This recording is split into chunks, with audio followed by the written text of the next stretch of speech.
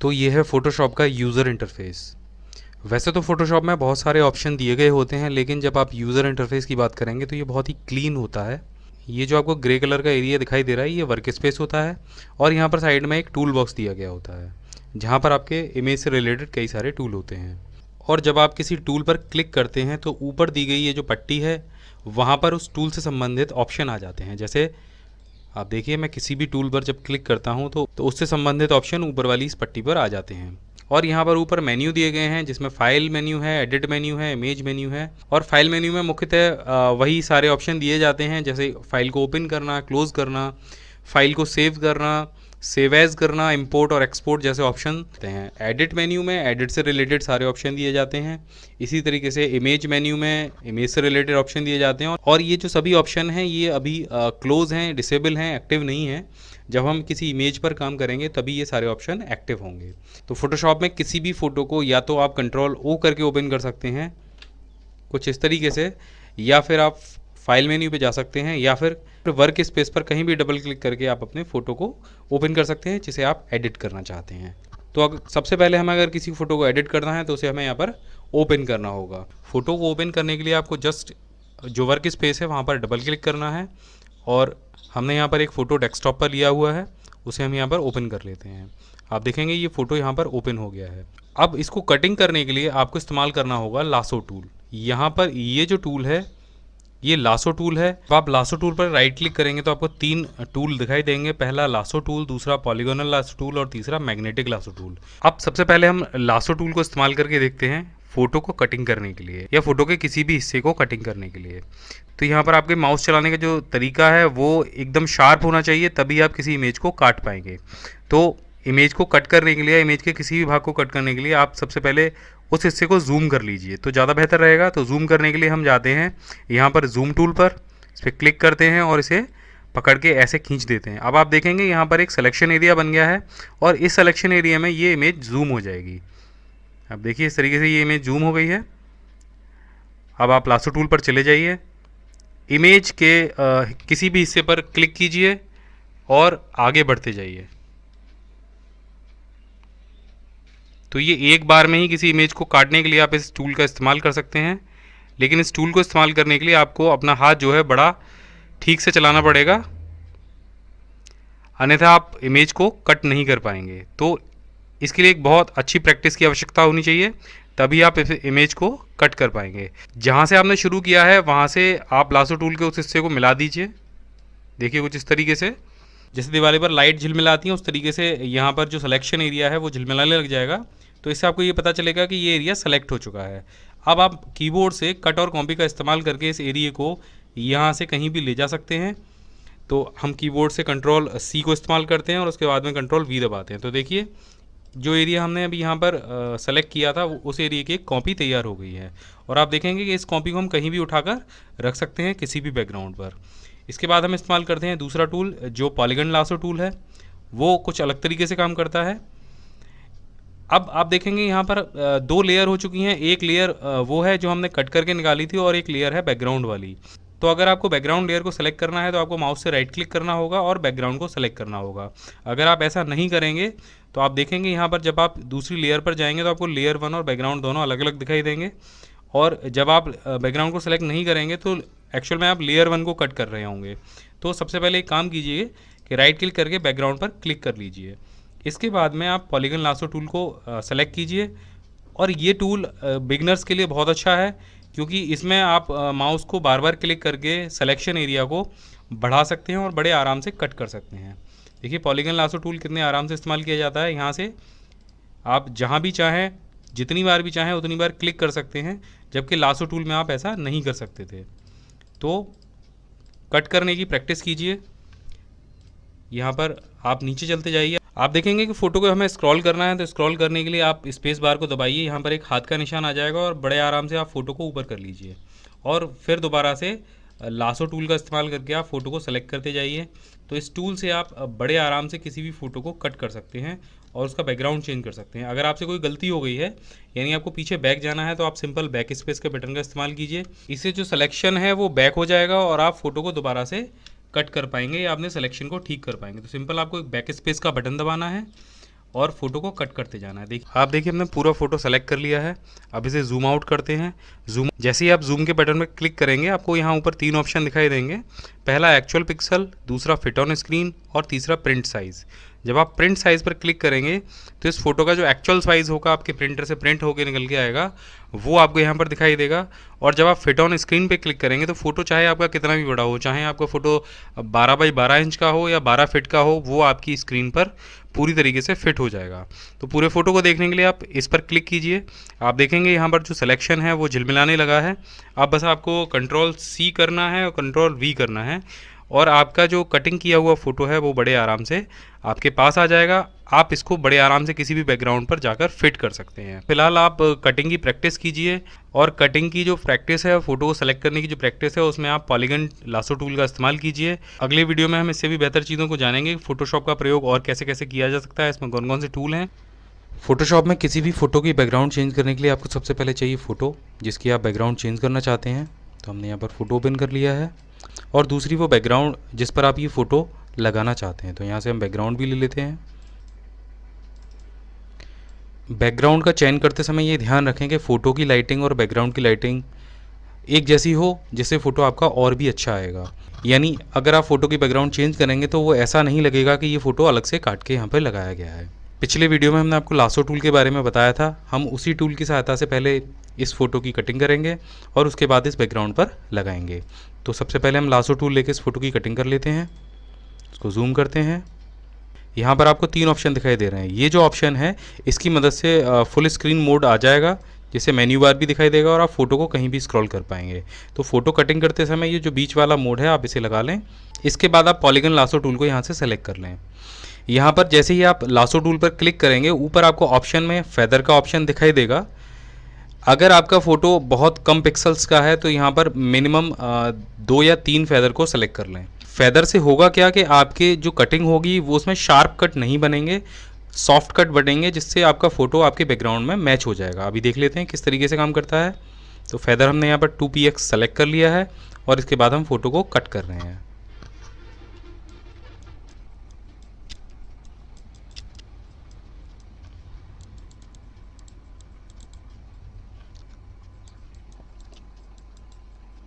हम बेकार के जो ऊपर बाल दिखाई दे रहे हैं उनको छोड़ देते हैं और बाकी हिस्से को हम कट कर लेते हैं। देखिए पूरा फ़ोटो कट हो गया है। अब हम जूम टूल पर जाते हैं और इसे फिट टू स्क्रीन कर लेते हैं। आप देखेंगे कि पूरे फ़ोटो पर सिलेक्शन एरिया झिलमिला रहा है। इसके बाद यहाँ पर जो हमने ऑप्शन लिया था ये बीच वाला फुल स्क्रीन मोड, उससे स्टैंडर्ड स्क्रीन मोड पर चले जाते हैं। आप देखेंगे कि आपको दोनों जो फ़ोटो हैं वो दिखाई देने लेंगे। दोनों को फिट ऑन स्क्रीन कर लीजिए।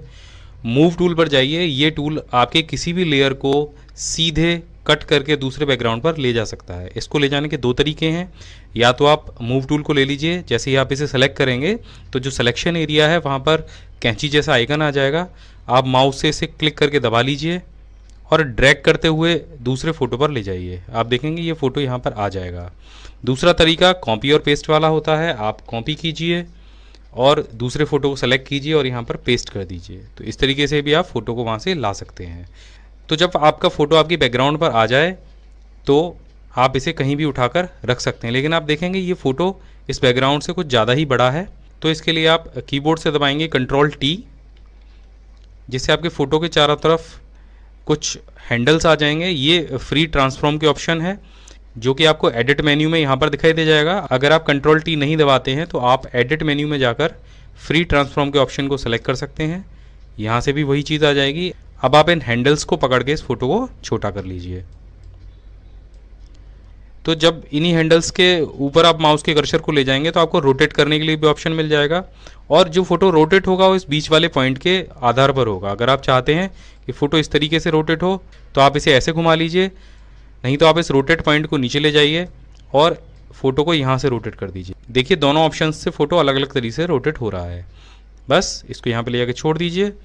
अब जो भी एरिया आपको इस बैकग्राउंड के लिए सूटेबल लगे आप इसको वहाँ पे ले जाके छोड़ दीजिए। जैसे हम इसे यहाँ पर लगा देते हैं। अब इस फोटो का थोड़ा सा ब्राइटनेस और कंट्रास्ट हम पीछे वाले बैकग्राउंड से मैच कराएंगे। तो इसके लिए हम जाएंगे इमेज ऑप्शन पर, एडजस्टमेंट पर, और यहाँ पर आपको दिखाई देगा ब्राइटनेस और कंट्रास्ट का ऑप्शन। इस पर क्लिक कर दीजिए। तो आपको अनुमान करके ही ये ठीक करना होगा। आपको देखना होगा कि किस हिसाब से आप इस पर ब्राइटनेस और कंट्रास्ट लगाएं। तो आप देखेंगे जो बैकग्राउंड है उससे ये फ़ोटो मैच करने लगा है, जो कि पीछे इस हिसाब से मैच हो रहा था ये फ़ोटो। आप दोनों फ़ोटो को मिला के देख लीजिए, दोनों फ़ोटो में कितना अंतर है। हम दोनों को बराबर में रख लेते हैं। ये फ़ोटो कुछ इस तरीके से था और हमने इस फ़ोटो का बैकग्राउंड कुछ इस तरीके से चेंज कर दिया है। तो इस तरीके से आप अपने फ़ोटो का बैकग्राउंड चेंज कर सकते हैं। तो पासपोर्ट साइज़ फ़ोटो बनाने के लिए हमें यहाँ पर चाहिए एक फ़ोटो। यहाँ पर हमने एक फ़ोटो लिया है जिसका बैकग्राउंड वाइट है। आपकी फ़ोटो का बैकग्राउंड किसी और भी कलर का हो सकता है, तो आप पिछले वीडियो के बताए अनुसार उसका बैकग्राउंड चेंज कर लीजिए, क्योंकि अगर आप प्रॉपर पासपोर्ट के लिए फ़ोटो बनवा रहे हैं तो वहाँ पर वाइट कलर के बैकग्राउंड का फ़ोटो चाहिए होता है। अब आपको हम बताने वाले हैं फ़ोटोशॉप का एक नया टूल जिसकी सहायता से आप इस फ़ोटो को कट कर पाएंगे या क्रॉप कर पाएंगे। तो यहाँ पर आपको एक टूल दिखाई दे रहा है जिसका नाम है क्रॉप टूल। आप कीबोर्ड से सीधे सी बटन को दबाकर भी क्रॉप टूल को ओपन कर सकते हैं या सेलेक्ट कर सकते हैं। फ़ोटोशॉप में जो सारे शॉर्टकट हैं वो सीधे अल्फ़ाबेटिकल कीवर्ड से जुड़े होते हैं, वहाँ पर ऑल्ट वगैरह लगाने की ज़रूरत नहीं होती है। ज़्यादातर टूल बॉक्स के जितने भी शॉर्टकट हैं वो सब अल्फ़ाबेटिकल कीबोर्ड से जुड़े होते हैं, तो आप बड़े आराम से उन्हें इस्तेमाल कर सकते हैं। तो कीबोर्ड से सी को प्रेस कर लीजिए। जैसे ही आप क्रॉप टूल को सेलेक्ट करेंगे, ऊपर आपको विड्थ और हाइट डालने का ऑप्शन मिल जाएगा, साथ में रेजोल्यूशन डालने का भी ऑप्शन आपको यहाँ पर मिल जाएगा। तो पासपोर्ट साइज़ फ़ोटो का जो विड्थ है वो आपको भरना है 2.5 सेंटीमीटर और हाइट आपको भरनी है 3.5 सेंटीमीटर और रेजोल्यूशन में आप 300 यहाँ पर फिल कर दीजिए। इसके बाद फ़ोटो को क्रॉप कीजिए। क्रॉप करने के लिए आप कहीं भी ऊपर अपने माउस के कर्सर को ले जाइए और नीचे पकड़ के खींचिए। आप फ़ोटो को सेंटर में कर लीजिए। जैसे भी आप पासपोर्ट साइज़ में फ़ोटो को जितना भी लेना चाहते हैं वहाँ पर आप इसे इन हैंडल्स को छोटा या बड़ा करके ले सकते हैं। साथ में आप इस तरीके से भी इसको खिसका सकते हैं। जब आपको लगे कि ये फ़ोटो काटने लायक हो गया है तब कीबोर्ड से केवल एंटर को प्रेस कीजिए।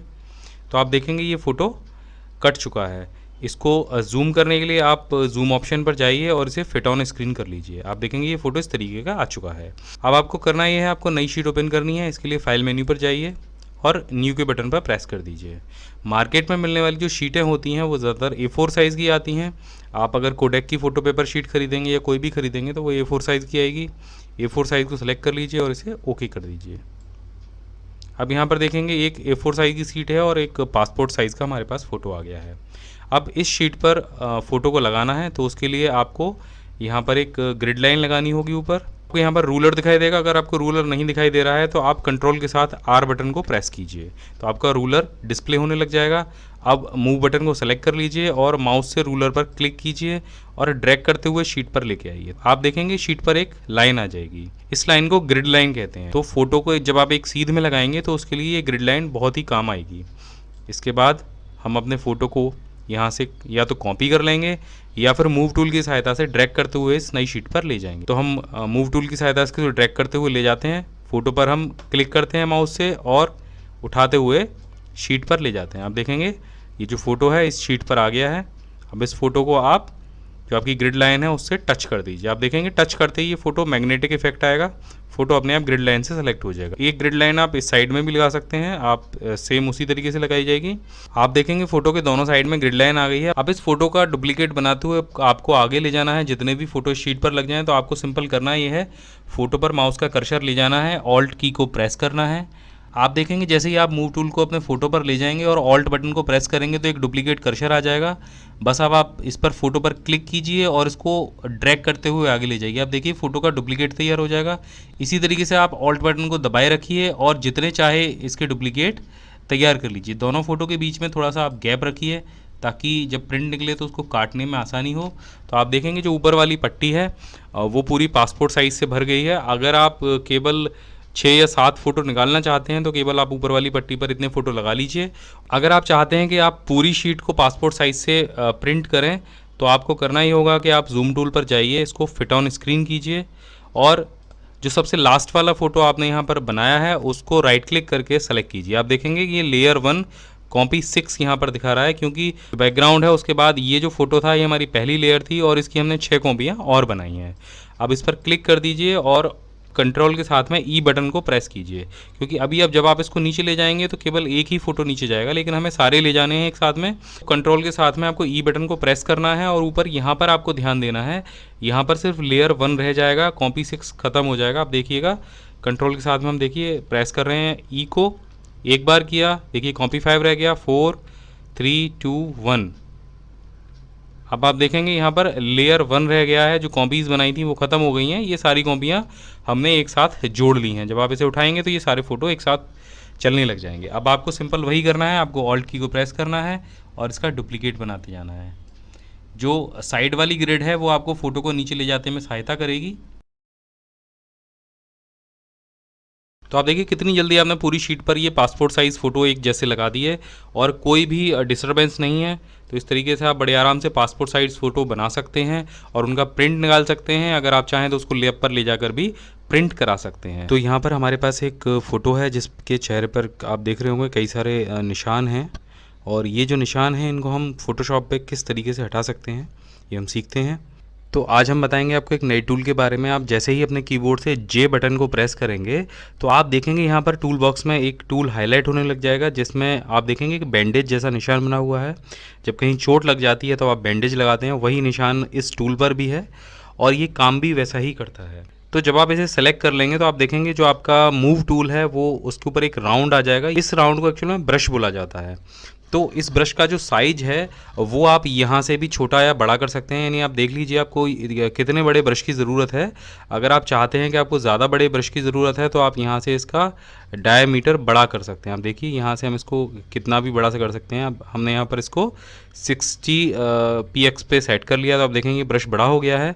और आप इसे यहाँ से कम कर देंगे तो ये ब्रश छोटा हो जाएगा। कीबोर्ड से इस ब्रश को छोटा बड़ा करने के लिए आप ब्रैकेट्स का भी इस्तेमाल कर सकते हैं। आप दोनों ब्रैकेट्स बटन को इस्तेमाल करके आप सीधे सीधे ब्रश को छोटा या बड़ा कर सकते हैं। अब बात करते हैं हीलिंग ब्रश टूल के बारे में। ये कैसे काम करता है और कैसे ये इन दाग धब्बों को क्लियर कर सकता है। आप देखेंगे कि जो धब्बे हैं वो चेहरे पर कहीं कहीं हैं और बाकी चेहरा साफ है। अब हमें स्किन कलर को ले जाकर उन दाग धब्बों को कवर करना होता है। तो स्किन कलर को लेने के लिए हम चेहरे के किसी साफ भाग पर जो आपके इस धब्बे वाले एरिया से मैच करता हो उस पर जाकर ऑल्ट की को प्रेस करेंगे, और जैसे ही आप ऑल्ट की प्रेस करेंगे तो ये जो हीलिंग ब्रश टूल है ये वहाँ से उस कलर को उठा लेगा।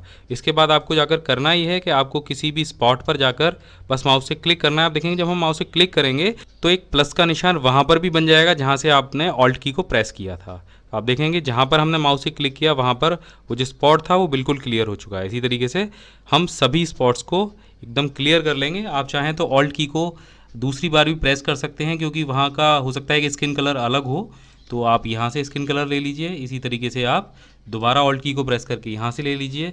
और यहाँ पर आप देखेंगे यहाँ ये जो एरिया है ये ज़्यादा ब्राइट है, यहाँ पर रोशनी कम है, तो आप इस वाले एरिया से स्किन कलर लेकर यहाँ पर हीलिंग ब्रश टूल का इस्तेमाल कर सकते हैं।